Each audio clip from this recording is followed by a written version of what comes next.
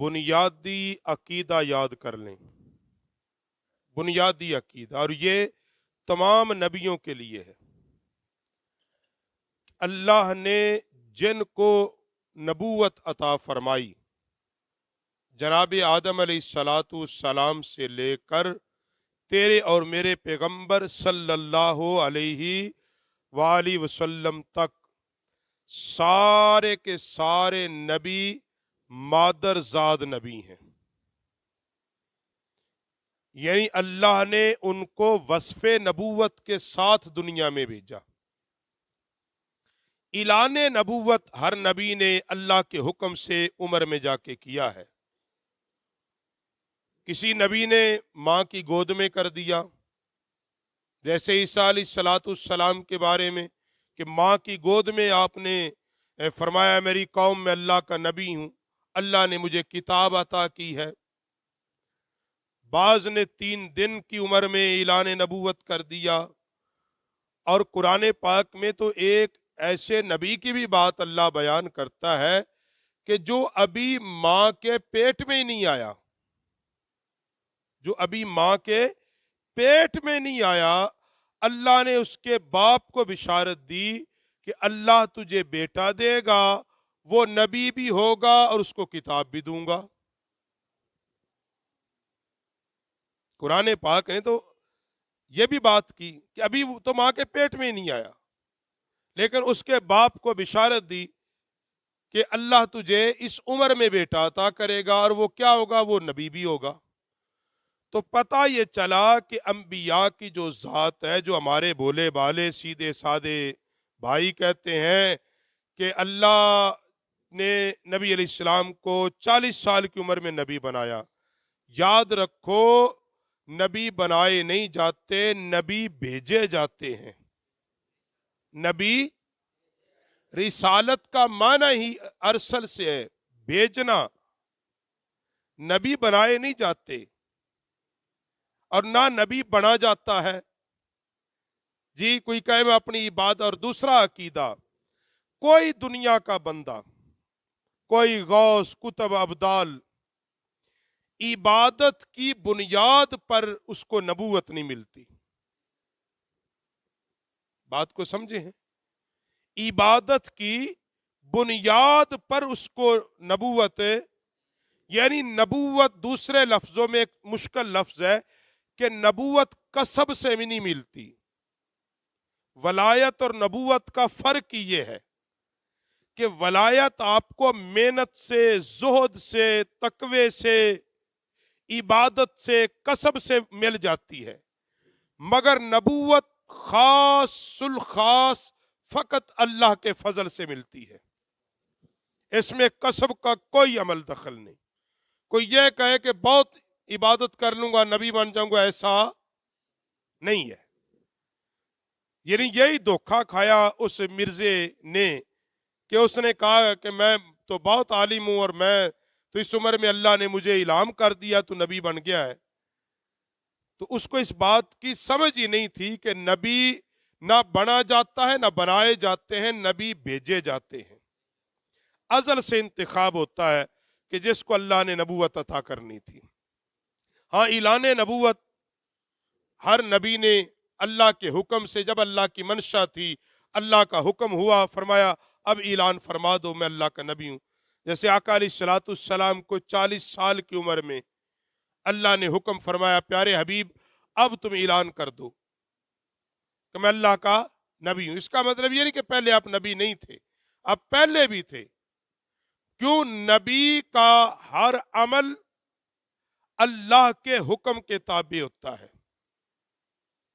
نبی کا ہر لفظ وحی خدا ہوتا ہے، وہ پابند ہوتا ہے۔ دوسرا عقیدہ رسالت اور نبوت کے بارے میں کہ نبی جو ہوتا ہے وہ بے عیب ہوتا ہے۔ نبی ہر اعتبار سے، جسمانی اعتبار سے بھی، ظاہری اعتبار سے بھی، باطنی اعتبار سے بھی، علم کے اعتبار سے بھی، عمل کے اعتبار سے بھی، حسن کے اعتبار سے بھی، اخلاق کے اعتبار سے بھی نبی میں کسی قسم کا کوئی نقص، جس میں نقص ہو وہ نبی، جس میں کوئی نقص ہو وہ نبی، یعنی یہ کانا ہوا کہ میں نبی ہوں، بھئی اللہ نے تو شرط یہ رکھی جس کو میں نے نبی بنانا ہے وہ کائنات کا خوبصورت ترین انسان ہوگا، بے عیب ہے۔ نبوت کے لیے تو شرط یہ ہے، جی کوئی لنگڑا ہو اور وہ کہے میں جناب میں بھی، تو اس طرح تو نہیں کام چلتا نا۔ نبی کے وصف میں یہ ہے وہ ہر لحاظ سے بے عیب ہوتا ہے، یعنی جسمانی اعتبار سے بھی، جسمانی اعتبار سے یعنی کہ ہاتھ پاؤں، اور علمی اعتبار سے، اخلاق کے اعتبار سے، اور حسن کے اعتبار سے، ہر اعتبار سے وہ کامل ہوتا ہے، اکمل ہوتا ہے جو اللہ کا نبی ہوتا ہے۔ اور تیسری چیز، اللہ نے نبوت صرف مردوں کو عطا فرمائی ہے، نبوت صرف مردوں کو، کسی عورت کو نبوت نہیں دی، صرف اور صرف اللہ نے مردوں کو نبوت عطا فرمائی ہے۔ تیسرا عقیدہ اس بارے میں، جو اللہ کا نبی ہوتا ہے وہ ہر حال میں قابل اتباع ہوتا ہے، وہ ہر حال میں، امام الانبیاء صلی اللہ علیہ وسلم تیرے اور میرے لیے ان کی زندگی کا ہر گوشہ ہمارے لیے قابل اتباع ہے، یہ بات یاد رکھیں۔ یہ نہیں کہہ سکتے کہ زندگی کے فلانے حصے کو ہم چھوڑ دیتے ہیں، اس حصے میں چونکہ حضور نے اعلان نبوت نہیں کیا تھا لہذا اس میں جو حضور نے عمل کیے وہ ہمارے لیے سنت نہیں ہے، یا جی فلاں وقت میں نبی علیہ السلام، کیونکہ مسلمانوں میں ایک گروہ ایسا ہے کہ نبی علیہ السلام کے آخری ایام میں آقا علیہ السلام نے جو مبارک عمل فرمائے وہ کہتے جی وہ قابل تقلید نہیں، کیونکہ حضور علیہ السلام کی طبیعت ٹھیک نہیں رہتی تھی۔ تو جب بندے کی جی طبیعت ٹھیک نہ ہو تو وہ قابل تقلید نہیں ہوتا، قابل اتباع نہیں ہوتا، جیسے ایک بیمار بندہ ہے اس کی ہر بات نہیں مانی جا سکتی، یعنی اس طرح کا بھی عقیدہ ڈیولپ کیا گیا ہے۔ لیکن ان کو یہ بات سمجھ ہی نہیں آتی کہ اللہ کا جو نبی ہوتا ہے وہ ہر حال میں قابل اتباع ہوتا ہے، وہ ہر حال میں قابل اتباع ہے۔ اسی لیے ہمارے بزرگان دین علیہ رحمہ یہ جو بالخصوص نماز کے معاملات میں مسائل کے بعد حضرات رفع دین کرتے ہیں، بعض حضرات، ہم اہل سنت نہیں کرتے، حنفی نہیں کرتے، تو یہ وہی کہتے کہ بعض لوگوں نے نبی علیہ السلام کے اولین عمل کو اپنایا، یہ نہیں کہ نبی علیہ السلام نے کیے نہیں ہیں، یہ بے انصافی ہے بھائی سیدھی ہی، یہ اولین عمر میں کیے حضور نے، لیکن آخر عمر میں سرکار نے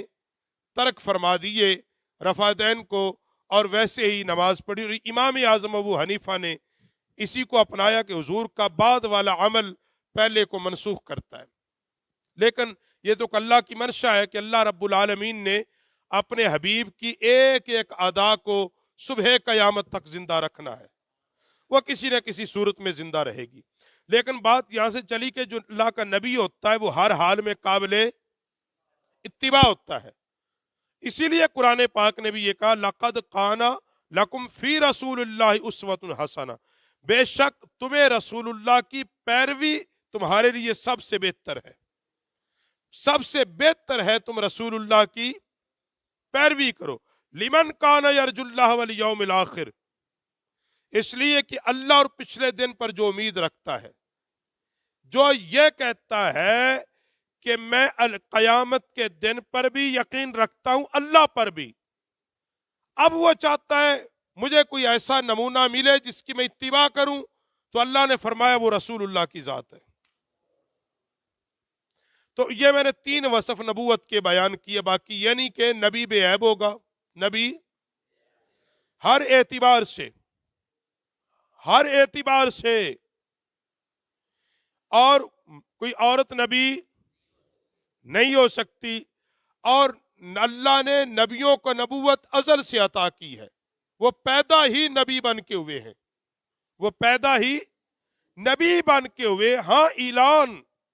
وہ اللہ کی منشا اور مرضی سے ہر نبی کو جب اللہ نے حکم دیا اس نے اعلان فرما دیا، جیسے میں نے مثال عرض کر دی، حضرت عیسیٰ علیہ السلام ماں کی گود میں بول کے کہہ رہے ہیں جی، حضرت یحییٰ علیہ السلام کا اعلان اللہ پہلے کر رہا ہے، تو اسی طرح نبی علیہ السلام کو اللہ نے 40 سال کی عمر مبارک میں حکم فرمایا، محبوب اب اعلان نبوت کر دو، اور حضور نے اعلان نبوت کر دیا۔ بعد حضرات وہ پہلے 40 سال کہتے کہ اس وقت حضور نبی نہیں تھے، یہ باقاعدہ اس پہ کتابیں لکھی ہوئی ہیں، جمعے پڑھائے جاتے ہیں، بڑی اور بڑا، یہ آپ سمجھتے ہیں ہمارے ہاں پورا ایک طبقہ ہے کہ وہ ان کا یہ نظریہ اور عقیدہ ہے کہ وہ کہتے کہ 40 سال تک حضور نبی نہیں تھے، 40 سال کی عمر میں نبوت ملی ہے، جبکہ ہم اہل سنت کا یہ کہنا ہے کہ نبوت اللہ نے ازل سے حضور کو عطا کی، مگر اعلان نبوت 40 سال کی عمر میں یہ اللہ کے اذن سے ہوا ہے۔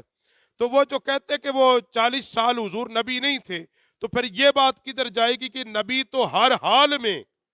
قابل اتباع ہے، نبی تو ہر حال میں قابل اتباع ہے، اور حضور علیہ السلام کی زندگی کا ایک ایک لمحہ ہمارے لیے ہدایت کا سامان ہے۔ تو جو حضور علیہ السلام نے 40 سال پہلے زندگی کے عمل کیے ہیں، یہ جو ہمارے اولیاء زہد کرتے جنگلوں میں جا کر، یہ اعلان نبوت کی بعد والی زندگی کا حصہ تو نہیں ہے، یہ وہیں سے لیتے کہ نبی علیہ السلام غار حرا میں جا کے کئی ہفتے عبادت کرتے تھے، لہٰذا اس سے اخذ کیا کہ تنہائی میں بیٹھ کر دنیا کو چھوڑ کر علیحدہ اللہ کی عبادت کرنا یہ نبی علیہ السلام کا طریق رہا ہے، اور بعض صحابہ نے حضور کے بعد اس پہ عمل بھی کیا۔ حضور کے وصال ظاہری کے بعد بعض صحابہ نے مکہ مدینہ شہر چھوڑ دیا، دور نکل کر عبادت میں مشغول رہے۔ بات وہی کہ نبی کی زندگی کا ساری کی ساری زندگی اور ہر حال میں نبی امت کے لیے قابل اتباع ہوتا ہے۔ ہمارے ذمہ یہ کہ ہم ہر حال نبی علیہ السلام کی پوری زندگی کی اتباع کریں گے، کیونکہ نبی علیہ السلام کی 63 سالہ زندگی، 63 سالہ ظاہری زندگی ساری کی ساری وہ ہمارے لیے نمونہ ہے۔ کچھ عمل حضور نے اعلان نبوت سے پہلے بھی کی ہے، جیسے نبی علیہ السلام نے ایک شادی اما ختیجہ پاک سے جو کی، وہ اعلان نبوت سے پہلے کی ہے، اعلان نبوت سے پہلے کی۔ اور نبی علیہ السلام کے ہاں اعلان نبوت سے پہلے کچھ بچے بھی، کوئی ولادت ہوئی اما ختیجہ پاک کے بطن اطہر سے، تو اب وہ عمل، اب شادی کا ہم کہاں سے لیتے ہیں؟ دیکھو جی، حضور نے اما ختیجہ سے کی، اس لیے شادی کرنا حضور کی سنت ہے۔ اب جو یہ کہتے کہ 40 سال کے بعد قابل اتباع ہے، یہ 40 سال کے بعد نبی بنے ہیں، تو وہ پہلے والی سنت ہم شادی کی کہتے ہیں، وہ کیسے ہو گئی؟ تو یہ ایک اور بات سے کل بھی اس پہ ہم تھوڑی سی بات کریں گے۔ تو اللہ رب العالمین ہمارے ذمہ یہ ہے کہ ہم ہر حال میں نبی علیہ السلام کی اتباع کا حکم ہے، بس۔